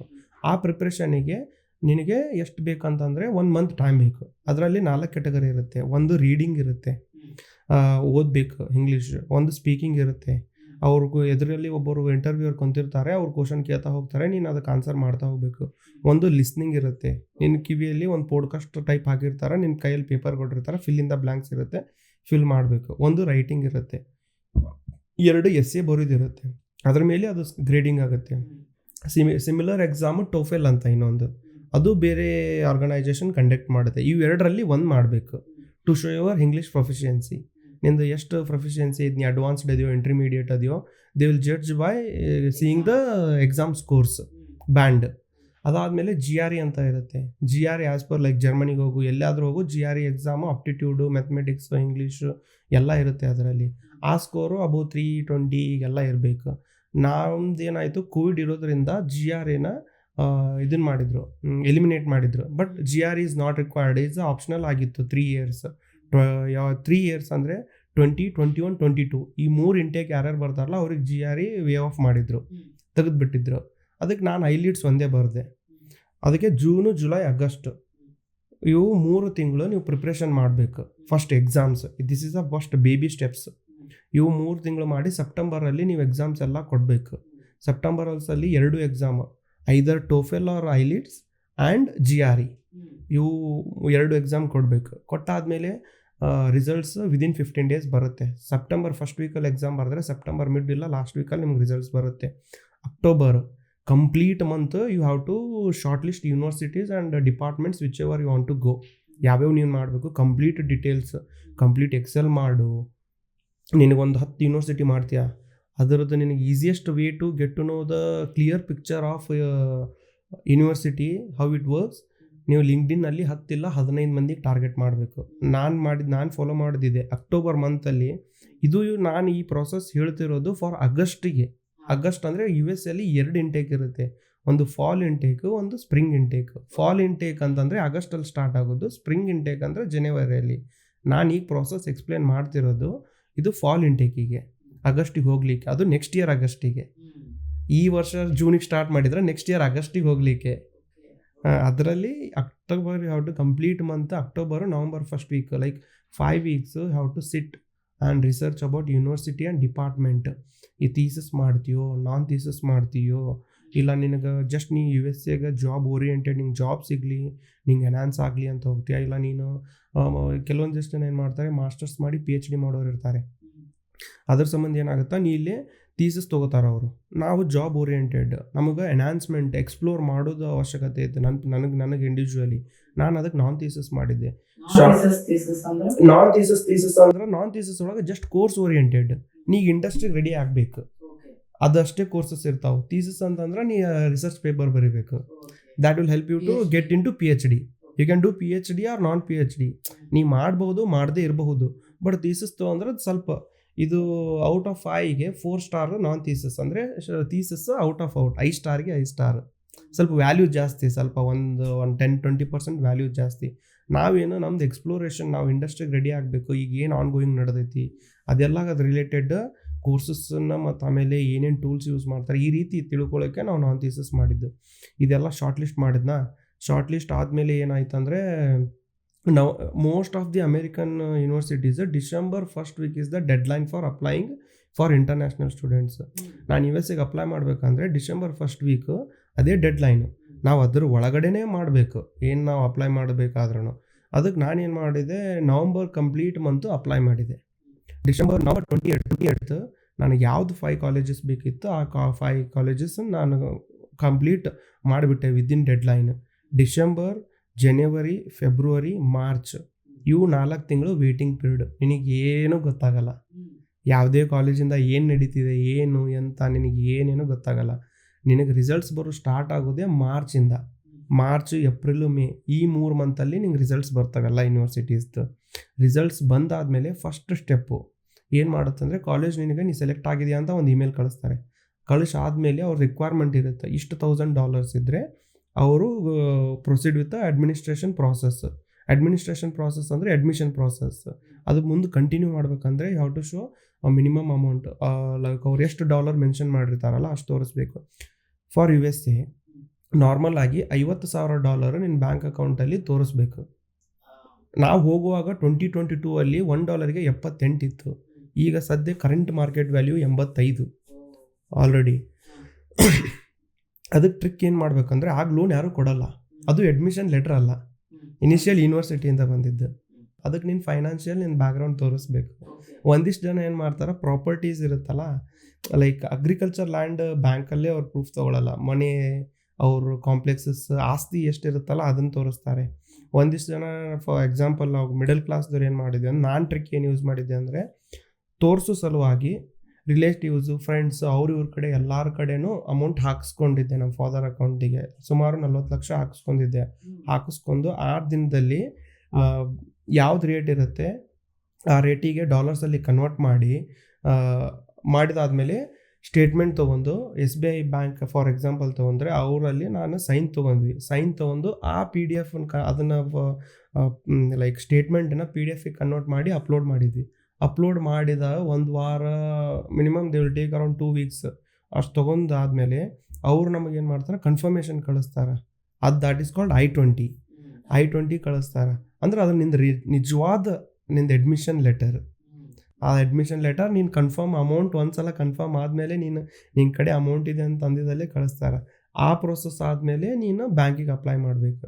ಇದು ಈ ಅಮೌಂಟ್ ಏನಿರ್ತದಲ್ಲ ಅದು ನಿಂದ ಏನೇನು ಇರ್ತದೆ, ನಿನ್ನ ಎಕ್ಸ್ಪೆನ್ಸಸ್ ಮತ್ತು ಅಡ್ಮಿಷನ್ ಫೀಸ್ ಇರ್ತದೆ ಅಲ್ಲ, ಜಸ್ಟ್ ನಿಂಗೆ ತೋರ್ಸಾಕ ನಿನ್ನ ಕಡೆ ಅಮೌಂಟ್ ಐತಿ, you are capable to do the masters in USA ಅಂತ ತೋರಿಸ್ಲಿಕ್ಕೆ ಅಷ್ಟೇ ಒಂದು ಬ್ಯಾಕಪ್ಪಿಗೆ ಚೆಕ್ ಮಾಡ್ತಾರೆ. ಈಗ ಅವ್ರು ಚೆಕ್ ಮಾಡ್ಲಾರ ನಾಳೆ ಅಡ್ಮಿಷನ್ ಲೆಟರ್ ಕೊಟ್ಬಿಟ್ರೆ you can use that admission letter for some nonsense reasons. ನೀವು ಮಾಡ್ಬೋದು. ಬ್ಯಾಂಕಿಗೆ ಆ ಲೆಟರ್ ತೋರಿಸಿದ್ರೆ like it's a confirmation that you got a seat from US university ಅಂತ ನಿನಗೆ ಗೊತ್ತಿರುತ್ತೆ. ಅದು ಆ ರೀತಿ ಮಿಸ್ಯೂಸ್ ಆಗುತ್ತೆ ಅಂತ ನೀನು ಒಂದು ಬ್ಯಾಕಪ್ ತೋರಿಸ್ಬೇಕು, ನಿನ್ನ ಹತ್ರ ಫಂಡ್ಸ್ ಇದೆ. ಅದಾದಮೇಲೆ ನೆಕ್ಸ್ಟ್ ನಾವು ಬ್ಯಾಂಕಿಗೆ ಅಪ್ಲೈ ಒಂದ್ಸಲ I-20 ಅಡ್ಮಿಷನ್ ಲೆಟರ್ ಬಂದಮೇಲೆ ನಾವು ಬ್ಯಾಂಕಿಗೆ ಅಪ್ಲೈ ಮಾಡ್ತೀವಿ. ಅದರಲ್ಲಿ ಏನಾಗುತ್ತೆ ಕೋಲ್ಯಾಟ್ರಲ್ ನಾನ್ ಕೋಲ್ಯಾಟ್ರಲ್ ಅಂತ 2 ಇದೆ. ಕೋಲ್ಯಾಟ್ರಲ್ ಅಂದರೆ ನಿಮ್ದು ಏನಾದರೂ ಆಸ್ತಿ ಇದ್ದರೆ, ಎಕ್ಸಾಂಪಲ್ ಲ್ಯಾಂಡ್, ಫಾರ್ಮ್ ಲ್ಯಾಂಡ್, ಯಾವುದೇ ಬ್ಯಾಂಕ್ ಆದರೂ ಫಾರ್ಮ್ ಲ್ಯಾಂಡ್ ಕೋಲ್ಯಾಟ್ರಲ್ ಇಟ್ಕೊಂಡು ಲೋನ್ ಕೊಡಲ್ಲ. ಅದರಲ್ಲಿ ನ್ಯಾಷನಲೈಸ್ ಬ್ಯಾಂಕ್ ಅಂದ್ರೆ ಗೊತ್ತೇ ಇದೆ, ತುಂಬ ಅಂದರೆ ತುಂಬ ಕಾಟ ಕೊಡ್ತಾರೆ. ಲೋನ್ ಅಪ್ರೂವ್ ಮಾಡಿದ್ರು 80% ಅಷ್ಟೇ ಅಪ್ರೂವ್ ಮಾಡ್ತಾರೆ. ನಮ್ಮದು ಅಷ್ಟು ಪ್ರಾಪರ್ಟಿ ಅದೆಲ್ಲ ಮ್ಯಾಚ್ ಆ ಟೈಮಿಗೆ ವ್ಯಾಲ್ಯೂಯೇಷನ್. ಈಗ ಎಕ್ಸಾಂಪಲ್ ನೋಡಿ, ಈಗ ಹೆಂಗೆ ನಡೆಯುತ್ತೆ, ಒಂದು ಸೈಟ್ ತೊಗೊಂಡಿರ್ತೀವಿ, ಅದಕ್ಕೆ 40-50 ಲಕ್ಷ ಕೊಟ್ಟಿರ್ತೀವಿ, ಅದು ಬಾಂಡ್ ವ್ಯಾಲ್ಯೂ ಎಷ್ಟು ಇರುತ್ತೆ, 12 ಲಕ್ಷ ಇರುತ್ತೆ.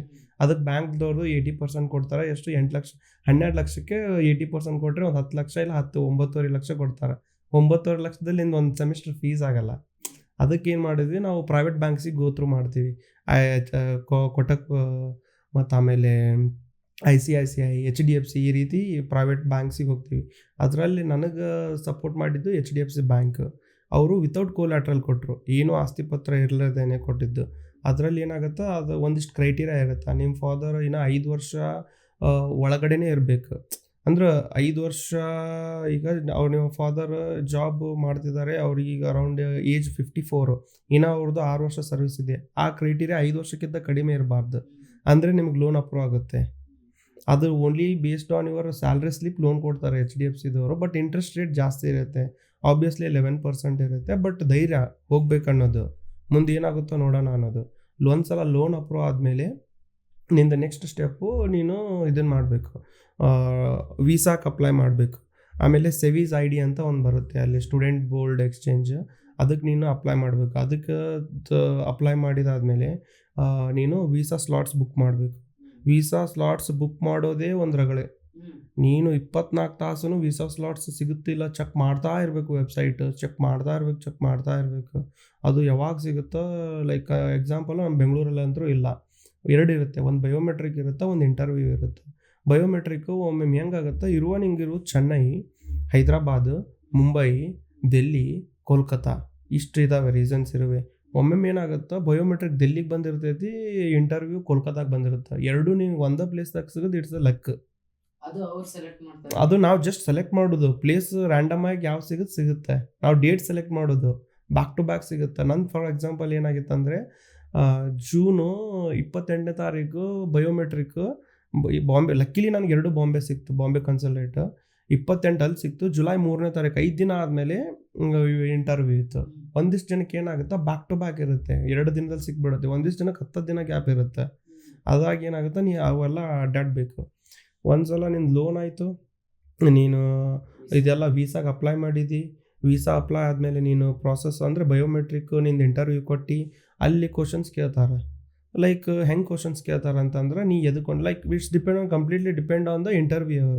ಅವನು ಹೆಂಗಿರ್ತಾನೆ ಅದ್ರ ಮೇಲೆ ಡಿಪೆಂಡ್. ಒಂದಿಷ್ಟು ಜನ ಏನು ಮಾಡ್ತಾರೆ, ನೋಡ್ತಾರೆ, ನೋಡಿ ಫಸ್ಟ್ ಯೂನಿವರ್ಸಿಟಿ ನೋಡ್ತಾರೆ ಅವರು. ಅದೇನರ ಸಣ್ಣ ಪುಟ್ಟ ಇತ್ತಂದ್ರೆ ನಿಂಗೆ ತುಂಬ ಕಿರಿಕಿರಿ ಮಾಡ್ತಾರೆ, ಲೈಕ್ ಲೋನ್ ಎಲ್ಲಿ ಅಂತು ಎಲ್ಲ ಪ್ರೂಫ್ ಕೇಳ್ತಾರೆ. ನೀ ಎಲ್ಲ ಪ್ರೂಫ್, ಅದು ಇಂಟರ್ವ್ಯೂಗೆ ಹೋಗಬೇಕಾದ್ರೂ you have to do the same thing again. At least ನೀನು ಲೋನ್ ಅಷ್ಟೊತ್ತಿಗೆ ನಿಂದು ಸ್ಯಾಂಕ್ಷನ್ ಆಗಿದ್ದು ಲೆಟರ್ ಇರುತ್ತೆ, ಲೋನ್ ಬಂದಿರಲ್ಲ, ಸ್ಯಾಂಕ್ಷನ್ ಲೆಟರ್ ಇರುತ್ತೆ. ಸ್ಯಾಂಕ್ಷನ್ ಲೆಟರು ಅಟ್ಲೀಸ್ಟ್ ನಿನ್ನ ಅಕೌಂಟಲ್ಲಿ, ನಿಮ್ಮ ಫಾದರ್ ಅಕೌಂಟಲ್ಲಿ 25 ಲಕ್ಷ ತೋರಿಸ್ಬೇಕು ಅಡಿಷ್ನಲ್. ನಿಂದು ಎಷ್ಟು ಲೋನ್ ಅಪ್ರೂವ್ ಆಗಿರುತ್ತೆ ಅದ್ರ ಜೊತೆ ಅಡಿಷ್ನಲಿ ಅಷ್ಟು ಅಮೌಂಟ್ ತೋರಿಸ್ಬೇಕು. ನನಗೇನಾಯಿತು, ಇದು ಟೆಕ್ಸಸ್ A&M ಯೂನಿವರ್ಸಿಟಿ ಸ್ವಲ್ಪ ಒಳ್ಳೆ ಯೂನಿವರ್ಸಿಟಿ ಇರೋದ್ರಿಂದ ನನಗೇನು ಅಷ್ಟು ಕೇಳಿಲ್ಲ. 4 ಕ್ವಶನ್, ಫಂಡ್ ನಿಂಗೆ ಅರೇಂಜ್ ಇದೆಯಾ ಅಂತ ಕೇಳಿದ್ರು.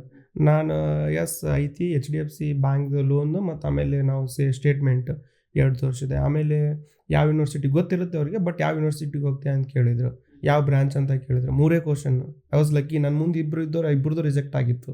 ರಿಜೆಕ್ಟ್ ಆಗಿದ್ದು ಹೆಂಗೆ ಗೊತ್ತಾಗುತ್ತೆ ಅಂದರೆ, ಪಾಸ್ಪೋರ್ಟ್ ನಿನ್ನ ಕೈಲಿ ವಾಪಸ್ ಕೊಟ್ಟರೆ ರಿಜೆಕ್ಟ್. ಪಾಸ್ಪೋರ್ಟ್ ಅವ್ರು ತೊಗೋತು, ಸ್ಟ್ಯಾಂಪ್ ಮಾಡಿ ನಿನ್ನ ಮನೆಗೆ ಸ್ಟ್ಯಾಂಪ್ ಆಗಿ ಬರುತ್ತೆ 1 ವಾರ ಆದಮೇಲೆ. ಹಾಗಾದರೆ ನಿನಗೆ ವೀಸಾ ಸಿಕ್ತು ಅಂತ ಅರ್ಥ. ನಾನು ಮುಂದಿದ್ದು ಬರೋದು ಹೋಗಿಬಿಡ್ತು, ಕೈಯಲ್ಲಿ ಪಾಸ್ಪೋರ್ಟ್ ಕೊಟ್ಟು ಕಳಿಸ್ಬಿಟ್ರೆ. ಅವ್ರು ಏನೇ ಕೇಳಿದ್ರು ಆನ್ಸರ್, ಅವ್ರದ್ದು ಕನ್ವರ್ಸೇಷನ್ ಏನಾಯಿತು ನನಗೆ ಗೊತ್ತಾಗಲಿಲ್ಲ. ಬಟ್ ನಾನು ಫುಲ್ ನರ್ವಸಲ್ಲಿ ಇದ್ದೆ. ಹೋದೆ, ಒಂದು 3 ಕ್ವಶನ್ಸ್ ಜಾಲಿಯಾಗಿ, ಗುಡ್ ಮಾರ್ನಿಂಗ್, ಲೈಕ್ ಅವು ಹೆಂಗೆ ಅಮೇರಿಕನ್ಸ್ ಹೆಂಗೆ ಮಾತಾಡ್ತಾರೆ ಹಂಗೆ ನಾವು ಮಾತಾಡಬೇಕು. ಇಲ್ಲ ಇಲ್ಲಿ ಇಂಡಿಯನ್ ಗತಿ ಅವರೇ ಮಾತಾಡಿಸ್ಲಿ, ಇವತ್ತು ಅದೆಲ್ಲ ಮಾಡಲಾರ್ದೇ ಗುಡ್ ಮಾರ್ನಿಂಗ್ ಎಕ್ಸ್ಪ್ರೆಸಿವ್ ಆಗಿ ಹೇಳಿ ಮಾತಾಡಿದರೆ. ಒಂದು 3 ಕ್ವಶನ್ಸ್ ಜನರಲ್ ಕೇಳಿದೆ, ಆಕೆ ಓಕೆ ಇವರ ವೀಸಾ ಇಸ್ ಅಪ್ರೂವ್ಡ್ ಅಂತ. ವೀಸಾ ಅಪ್ರೂವ್ ಆದಮೇಲೆ ಲೈಕ್ ನಿನಗೆ ಯಾವ ಯೂನಿವರ್ಸಿಟಿ ಸಿಕ್ಕಿರುತ್ತಲ್ಲ ಅದ್ರ ಸ್ಪೆಸಿಫಿಕ್ ಟೆಲಿಗ್ರಾಮ್ ಇರ್ತಾವೆ ಗ್ರೂಪ್ಸು. ಆಮೇಲೆ ಅಲ್ಲಿ ನೀವು ಒಂದಿಷ್ಟು ಮೊದಲೇ ಕಾಲೇಜ್ ಶಾರ್ಟ್ ಲಿಸ್ಟ್ ಮಾಡೋದ್ನಾಗ ನೀವು ಒಂದು 10-15 ಜನಕ್ಕೆ ನೀನು ಆಲ್ರೆಡಿ ಏನು ಮಾಡಿರ್ತಿ, ಲಿಂಕ್ ಕಳಿಸಿರ್ತಿ ಲಿಂಕ್ಡಿನ್ದಾಗ, ಅವ್ರ ಜೊತೆ ಫಾಲೋ ಮಾಡ್ತಿರ್ತಿ. ಅವ್ರಿಗೆ ರಿಕ್ವೆಸ್ಟ್ ಮಾಡ್ಕೋಬೇಕು, ಯಾವಾದರೂ ವಾಟ್ಸಪ್ ಗ್ರೂಪ್ ಇದ್ದರೆ ಹಾಕಿ ಅಂತ.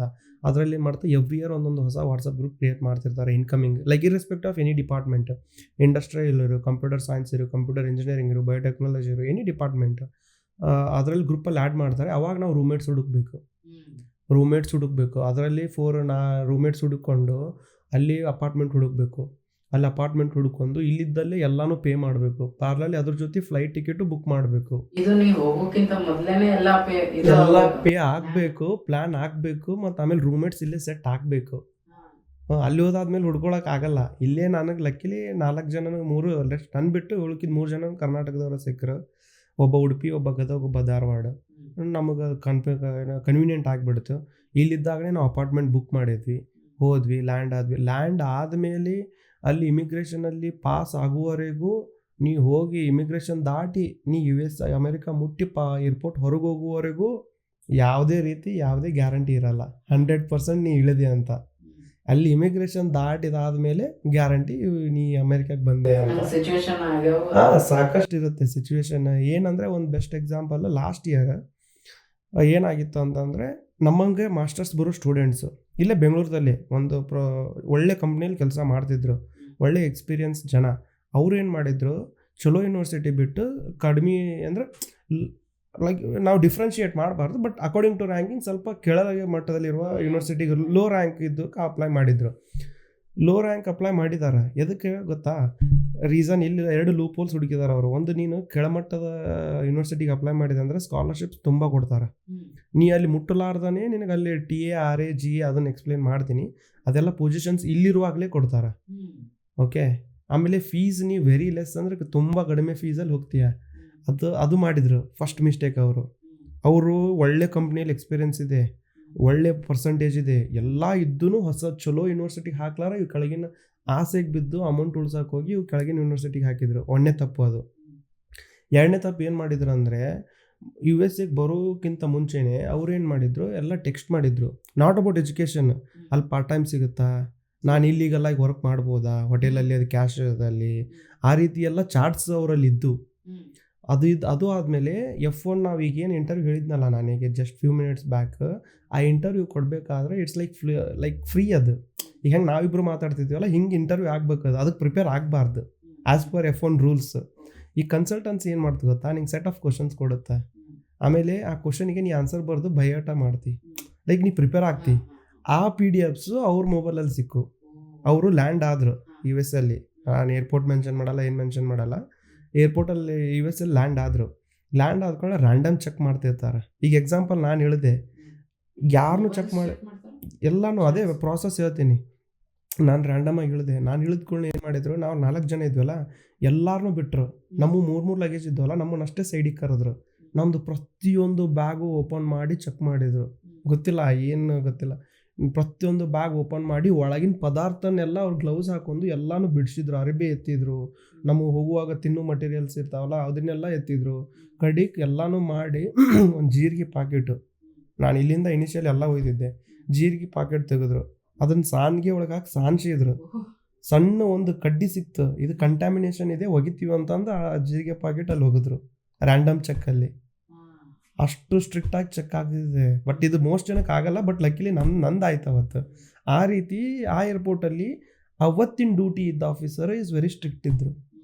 ಬಟ್ ಗೊತ್ತಿಲ್ಲ, ರೇಸಿಸಮ್ ಅವ್ರಿಗಿರ್ಬೋದು. ಏರ್ಪೋರ್ಟಲ್ಲಿ ಇವ್ರು ತುಂಬ ಜನ ಬರ್ತಿದ್ದಾರೆ. ಅದು ಆ ಸ್ಟೇಟಿಗೆ ಲಾಸ್ಟ್ ಇಯರ್ ಏನಾಗೈತಿ, ಸಿಕ್ಕಾಬಿಟ್ಟು ಲೈಕ್ 2-3x ಅಡ್ಮಿಷನ್ಸ್ ಬಂದುಬಿಟ್ಟಿದ್ದಾವೆ. 2-3x ಅಡ್ಮಿಷನ್ಸ್ ಬಂದ್ಕೊಂಡೆ ಅವ್ರಿಗೆ ಆ ಏರ್ಪೋರ್ಟ್ದಾಗ ಇಷ್ಟಾಗಿ ಇಂಡಿಯನ್ಸ್ ಇಲ್ಲಿ ಬರಾಕತ್ತಾರ ಅಂತ ಡೌಟ್ ಆಗೈತಿ. ಅವತ್ತು ವೆರಿ ಸ್ಟ್ರಿಕ್ಟ್ ಆಫೀಸರ್ ಅದಾರ. ಅವ್ರು ಏನು ಮಾಡ್ಬಿಟ್ಟಾರ, ಚೆಕ್ ಮಾಡಿ ಅವ್ರಿಗೆಲ್ಲ ಸ್ಟೂಡೆಂಟ್ಸಿಗೆ ಸರ್ದಾರ. ಅವ್ರು ರ್ಯಾಂಡಮ್ಲಿ ಮೊಬೈಲ್ ಇಷ್ಟರದ್ದು ಇಸ್ಕೊಂಡ್ ಕೇಸ್ ಏನು ಮಾಡ್ಬಿಟ್ಟಾರ, ಎಲ್ಲ ಚಾರ್ಟ್ಸ್ ಗೋತ್ರೂ ಮಾಡಿಬಿಟ್ಟಾರ. ಇವರು ಎಜುಕೇಷನ್ ಬದಲಿ ಬರೀ ನನಗೆ ಪಾರ್ಟ್ ಟೈಮ್ ಸಿಗುತ್ತಿಲ್ಲ, ಕ್ಯಾಶ್ ಮೇಲೆ ವರ್ಕ್ ಮಾಡಬೇಕಾ, ಅದನ್ನು ಟೆಕ್ಸ್ಟ್ ಮಾಡಿದ್ದಾರೆ. ಆಮೇಲೆ F1 ಇಂಟರ್ವ್ಯೂ ಪ್ರಿಪೇರ್ ಆಗಿದ್ರಲ್ಲ ಅದನ್ನೆಲ್ಲ ರೆಡಿ ಮಾಡಿದ್ದಾರೆ. ಅವೆಲ್ಲ PDF ಸಿಕ್ಕೋದು, ಅದನ್ನೆಲ್ಲ ಅವರು ಎಲ್ಲ ಡಾಕ್ಯುಮೆಂಟ್ ಮಾಡಿ ಇಮ್ಮಿಡಿಯೇಟ್ 23 ಜನಕ್ಕೆ ಏರ್ಪೋರ್ಟಿಂದ ವಾಪಸ್ ಬ್ಯಾಂಗ್ಳೂರಿಗೆ ಕಳಿಸಿದ್ದಾರೆ ವಿತೌಟ್ ಅ ಸಿಂಗಲ್ ನೋಟಿಸ್. ಏರ್ಪೋರ್ಟಿಂದ ಬೆಂಗಳೂರಿಗೆ ವಾಪಸ್ ಕಳಿಸಿದ್ದಾರೆ. ಬೆಂಗಳೂರು, ಹೈದರಾಬಾದ್, ಲೈಕ್ ಇವು ಲಾಸ್ಟ್ 2023ಗೆ 23 ಜನನ ಕಳಿಸಿದ್ದಾರೆ ವಾಪಸ್. ಇದು ಈ ರೀತಿ ಆಗುತ್ತೆ. ಅದಕ್ಕೆ ನಾವು ಏನು ಮಾಡಬೇಕು, ಓನ್ಲಿ ನಾವು ಏನು ಕಾನ್ಸಂಟ್ರೇಟ್ ಮಾಡಬೇಕಂದ್ರೆ, ನಿನಗೆ 100% ನಿಂಗೆ ಮಾಡಲೇಬೇಕು MS ಹೋಗು, ಅದು ಲೀಗಲ್ ವೇಯಲ್ಲಿ ಹೋಗಂತ. ಈಗ ಸುಮ್ಮನೆ ಈಗ ಅಷ್ಟು ಖರ್ಚಾಗಿ ಅವ್ರ ತಂದೆ ಎಷ್ಟು ಸ್ಟ್ರಿಕ್ಟ್ ಅಂದರೆ 2 ದಿನ ಏರ್ಪೋರ್ಟಲ್ಲಿ ಇದ್ದಾರೆ ಅವರು 23 ಜನನು. ಅವ್ರ ಕಡೆ ಫೋನ್ ಇಲ್ಲ, ಮನೇಲಿ ಹಚ್ಬೇಕು, ಇನ್ಫಾರ್ಮ್ ಮಾಡ್ಬೇಕಂದ್ರೆ ಏನೇನು ಫೋನೇ ಕೊಟ್ಟಿಲ್ಲ ಅವರಿಗೆ. ಡೈರೆಕ್ಟ್ ಬೆಂಗಳೂರು ಇಳಿದಾದ್ಮೇಲೆ ಸ್ಟ್ಯಾಂಪು ಏನು ಮಾಡಿದ್ರು ಅಂದರೆ ರಿಜೆಕ್ಟ್ ಇದು ಹಂಗೇನಾದರೂ ಡಿಪೋರ್ಟ್ ಆಯ್ತು ಅಂದರೆ 5 ವರ್ಷ ನಿನಗೆ ಯಾವುದೇ ಕಂಟ್ರಿ ವೀಸಾ ಕೊಡಲ್ಲ. US ವೀಸಾನೇ ಕ್ಯಾನ್ಸಲ್ ಆಯ್ತು ಅಂದರೆ US ಬರೋದು ನಿನ್ನ ಜೀವನದಲ್ಲಿ ವಾಪಸ್ ಬರೋಕ್ಕೆ ಆಗಲ್ಲ. ಡಿಪೋರ್ಟ್ ಆದಿ ಅಂದರೆ ರಿಜೆಕ್ಟ್ ಆಗಿಬಿಡುತ್ತೆ. ಅದ್ರ ಮೇಲೆ ರೆಡ್ ಮಾರ್ಕ್ ಹಾಕಿ ಕಳಿಸ್ಬಿಡ್ತಾರೆ ಇಲ್ಲಿ ಇಂಡಿಯನ್ ಏರ್ಪೋರ್ಟ್ದಾಗೂ. ಹಂಗಾದ್ರೆ ನಿಂಗೆ ಯಾವುದೇ ಕಂಟ್ರಿಗೆ 5 ವರ್ಷ ಹೋದರೂ ಹೋಗೋಕ್ಕಾಗಲ್ಲ. ಆ ರೀತಿ ಹೋಗಬಾರ್ದು. ಬಟ್ ಹೋದರೆ ಲೀಗಲ್ ಆಗಿ ಹೋಗಬೇಕು. ಅದಕ್ಕೆ 1 ವರ್ಷ ಪ್ರಿಯರ್. ನೀನು ಈಗ ಎಕ್ಸಾಂಪಲ್ ಅಂದರೆ ಈ ಕಮ್ಮಿಂಗ್ ಇಯರ್ 25 ನೀನು ಕಮ್ಮಿಂಗ್ ಇಯರ್ 25 ಜೂನಲ್ಲಿ ಪ್ರಾಸೆಸ್ ಸ್ಟಾರ್ಟ್ ಮಾಡಿದೆ ಅಂದರೆ 26 ಆಗಸ್ಟಿಗೆ ಹೋಗ್ಬೋದು. ಅದು ಹೆಂಗಂದ್ರೆ June July August exam prepare ಆಗು. ಸೆಪ್ಟೆಂಬರ್ ತಿಂಗಳು ಎಲ್ಲ ಎಕ್ಸಾಮ್ಸ್ ಬರೀ, ರಿಸಲ್ಟ್ಸ್ ತಗೋ. ಅಕ್ಟೋಬರ್ ತಿಂಗಳು ನೀ ಪೂರ್ತಿ ಕಂಪ್ಲೀಟ್ ಎಲ್ಲ ಯೂನಿವರ್ಸಿಟಿ ಶಾರ್ಟ್ ಲಿಸ್ಟ್ ಮಾಡು. ನವಂಬರ್ ತಿಂಗಳು ಅಪ್ಲೈ ಮಾಡಿ, ನೀ ಡೆಡ್ಲೈನ್ ಸಂಬಂಧ ವೇಟ್ ಮಾಡ್ಲಾರ ಅಪ್ಲೈ ಮಾಡಿ ಬಿಟ್ಬಿಡು. ಡಿಸೆಂಬರ್ ಜನವರಿ ಫೆಬ್ರವರಿ ವೇಟ್ ಮಾಡು. ಮಾರ್ಚಿಂದ ರಿಸಲ್ಟ್ಸ್ ಬರುತ್ತೆ. ರಿಸಲ್ಟ್ಸ್ ಆದಮೇಲೆ show your bank balance link fund ನೀನು ಮಾಡೋಕ್ಕಾಗತ್ತಂತ ನೀನು ತೋರಿಸು. ಅದಾದಮೇಲೆ ವೀಸಾ ಪ್ರಾಸೆಸ್ ತೋರಿಸಾದ್ಮೇಲೆ ನಿಂಗೆ ಲೆಟ್ರ್ ಬರುತ್ತೆ I-20 ಲೆಟರ್ ಬಂದಾದಮೇಲೆ ನೀನು ಲೋನಿಗೆ ಅಪ್ಲೈ ಮಾಡು. ಲೋನ್ ತೊಗೊಂಡಾದ್ಮೇಲೆ ನೀನು ಅಪ್ಲೈ ಮಾಡು ವೀಸಾಕ್ಕೆ ಅಪ್ಲೈ ಮಾಡಾದಮೇಲೆ ಸ್ಲಾಟ್ಸ್ ಬುಕ್ ಆದಮೇಲೆ ನೀನು ಇಂಟರ್ವ್ಯೂ ಕೊಟ್ಟು ಬಾ. ಒಂದು ಸಲ ಇಂಟರ್ವ್ಯೂ ಪಾಸ್ ಆದಮೇಲೆ ಈ ಗ್ರೂಪ್ ಜಾಯ್ನ್ ಆಗೋದು, ಫ್ಲೈಟ್ ಬುಕ್ ಮಾಡೋದು, ಹೋಗೋ ಪ್ರಿಪ್ರೇಷನ್ ಮಾಡು. ಇದೆಲ್ಲ ಪ್ರಾಸೆಸ್ಸು ಒಂದು ವರ್ಷ ತಗೊಳುತ್ತೆ. Lengthy process. ಇದನ್ನು ಬ್ರೇಕ್ ಡೌನ್ ಮಾಡೋರು ನಮ್ಮ ನಾರ್ತ್ ಕರ್ನಾಟಕದಲ್ಲಿ ಹೋಗಿದ್ದಾರೆ. ನಾವು ಹೋಗಲ್ಲ ಅಂತ ಡಿನೈ ಮಾಡಲ್ಲ. ಬಟ್ ನಾವಿದ್ದ ಪ್ರದೇಶ ಬಾಗಲಕೋಟೆ, ಬಿಜಾಪುರ ಈ ಸೈಡಲ್ಲಿ ಹೋಗಿರೋರು ತುಂಬ ಕಡಿಮೆ. ಅದರಲ್ಲಿ ನಮ್ದು ಏನು ಚಾಲೆಂಜಸ್ ಅಂತಂದರೆ, ನಮಗೆ ಆ ರೀತಿಯಲ್ಲಿ ಯಾರು ಈಗ ಹೋಗಬೇಕು ಮಾಡಬೇಕು ಈ ಪ್ರಾಸೆಸ್ ಅಂಡರ್ಸ್ಟ್ಯಾಂಡ್ ಮಾಡಿಸೋರು ಯಾರೂ ಇದ್ದಿದ್ದಿಲ್ಲ. ಯಾರು ಬ್ರೇಕ್ ಮಾಡಿದವರು ಇದ್ದಿದ್ದಿಲ್ಲ. ನಮಗಾಗೇನ ನಾವು ಹಿಂಗೆ ಹೋಗ್ಬೇಕಂತ ಗೈಡ್ ಮಾಡೋರು ಯಾರೂ ಇದ್ದಿದ್ದಿಲ್ಲ. ನಂದು ಎಕ್ಸಾಂಪಲಲ್ಲಿ ಏನಾಯ್ತು ಅಂದ್ರೆ, ನಾನು ಪಾರ್ಲಲ್ಲಿ ವರ್ಕ್ ಮಾಡ್ತಾ ಇದ್ನಲ್ಲ ಕಂಪ್ನಿಯಲ್ಲಿ, ಬಂದಿದ್ದು ಮಂತ್ಲಿ ಸ್ಯಾಲ್ರಿ ಎಲ್ಲ ಇದಕ್ಕೆ ಡೆಡಿಕೇಟ್ ಮಾಡ್ತಿದ್ದೆ. ಎಕ್ಸಾಮ್ ಬರೋದಕ್ಕೆ, ಮತ್ತು ಬೆಂಗಳೂರಿಗೆ ಹೋಗಿ ಬರೋದು ಎಕ್ಸಾಮಿಗೆ, ಆಮೇಲೆ ಯೂನಿವರ್ಸಿಟಿ ಅಪ್ಲೈ ಮಾಡೋದಕ್ಕೆ. ಅದು ಒಂದು ಯೂನಿವರ್ಸಿಟಿ ಅಪ್ಲೈ ಮಾಡೋಕ್ಕೆ ಒಂದು 7,000-8,000 ಫೀಸ್. ಅಂಥವು 5 ಯೂನಿವರ್ಸಿಟಿ ಮಾಡಿದೆ ಅಂದರೆ ಒಂದು 30,000-40,000 ಅಲ್ಲಿ ಹೋಯ್ತು. ಆ ರೀತಿ ಮಾಡ್ತಾ ಇದ್ದಾಗ ನಾನು ಮಿಸ್ಟೇಕ್ ಏನು ಮಾಡಿದೆ ಅಂದರೆ, ನಮ್ಮ ಪೇರೆಂಟ್ಸಿಗೆ ನಾನು ಹೋಗ್ತೀನಿ ಅಂತ ಅವ್ರಿಗೆ ಗೊತ್ತಿತ್ತು. ಬಟ್ ಅವರಿಗೆ ಎಜುಕೇಷನ್ ಇರಲಿಲ್ಲ. ಅವ್ರಿಗೆ ತುಂಬ ಗಾಬರಿ, ಇಷ್ಟು ದೊಡ್ಡದು ಏನು ಮಾಡ್ತಾನೆ ಎಂತ. ಇದು ನಾನು ಆ ಗ್ಯಾಪ್ ಫಿಲ್ ಮಾಡಿದ್ದಿಲ್ಲ. ನಮ್ಮ ಫಾದರ್ ನಡುವೆ ಸ್ವಲ್ಪ ಕ್ಲಾಶ್ ಆಯಿತು. ಏನಂತಂದರೆ, ನೀವು ತಿಂಗಳ ಇಷ್ಟು ಖರ್ಚು ಮಾಡೋಕತ್ತಿ, ಅದರಿಂದ ಏನೂ ಔಟ್ಪುಟ್ ಇಲ್ಲ. ಬಟ್ ಅವ್ರಿಗೆ ನಾಲೆಜ್ ಇಲ್ಲ ಅದ್ರ ಬಗ್ಗೆ. ಸರೌಂಡಿಂಗ್ ಅವ್ರ ಫ್ರೆಂಡ್ಸು ಯಾರೋ ಹೇಳೋದಿದ್ದಿಲ್ಲ. ಸ್ವಲ್ಪ ಕ್ಲಾಶ್ ಆಯಿತು. ಅದಾದಮೇಲೆ ಟೈಮ್ ಹೆಂಗೆ ಕೂಡಿ ಬರುತ್ತಂತ ಒಂದು ಎಕ್ಸಾಂಪಲ್ ಅಂದರೆ, ಡಿಪ್ಲೊಮಾ ಕಾಲೇಜಲ್ಲಿ ಮೆಡಿಕಲ್ ರಿಲೇಟೆಡ್, ನಮ್ಮ ಫಾದರ್ ಮೆಡಿಕಲ್ ಡಿಪಾರ್ಟ್ಮೆಂಟಲ್ಲಿ ವರ್ಕ್ ಮಾಡ್ತಾರೆ. ಮೆಡಿಕಲ್ ರಿಲೇಟೆಡ್ ಎಕ್ಸಾಮ್ ಇದ್ದಾಗ ಅವ್ರು ಸೂಪರ್ವೈಸ್ ಆಗಿದ್ದರು. ಆ ಡಿಪ್ಲೊಮಾ ಕಾಲೇಜ್ ಪ್ರಿನ್ಸಿಪಲ್ ನಮ್ಮ ಅವ್ರ ಫ್ರೆಂಡ್. ಅವ್ರ ಮಗ ರೀಸೆಂಟಾಗಿ ಯುರೋಪ್ ಕಂಟ್ರಿಗೆ ಹೋಗಿದ್ದ ಮಾಸ್ಟರ್ಸ್ ಮಾಡೋಕ್ಕೆ. ಅವರಲ್ಲಿ ಸಿಕ್ಕಿದಾಗ ನಿಮ್ಮ ಮಗ ಏನು ಮಾಡ್ತಾನೆ ಈ ರೀತಿ ಹೇಳಿದರು. ಅವರು ಅಲ್ಲಿ ನಮ್ಮ ಅಪ್ಪರಿಗೆ ಬೈದು ಅವ್ನು ನಮ್ಮ ಮನೆಗೆ ಕರ್ಕೊಂಬ ಅಂತೇಳಿ, ನಾನು ನಮ್ಮ ಫಾದರ್ ಆ ಸರ್ ಮನೆಗೆ ಹೋಗಿ ನಾನು ಏನೇನು ಪ್ರಿಪ್ರೇಷನ್ ಮಾಡ್ತಿದ್ದೆ ಆ ಸರಲ್ಲಿ ಹೇಳಿದೆ. ಅವರು ವಾಪಸ್ ನಮ್ಮ ಅಪ್ಪರಿಗೆ ಅಂಡರ್ಸ್ಟ್ಯಾಂಡ್ ಮಾಡಿದ್ರು ಇನ್ ದೇರ್ ವೇ. ಮಗ ತಂದೆಗೆ ಹೇಳೋದು ಬೇರೆ, ಅವ್ರಿಗೆ ಹೇಳೋದು ಬೇರೆ. ಆ ರೀತಿಯಲ್ಲಿ ಅವ್ರಿಗೆ ಅಂಡರ್ಸ್ಟ್ಯಾಂಡ್ ಮಾಡಿಸಿದಾದ್ಮೇಲೆ ನಮ್ಮ ಅಪ್ಪರಿಗೆ ಕ್ಲಿಯರ್ ಐಡಿಯಾ ಬಂತು.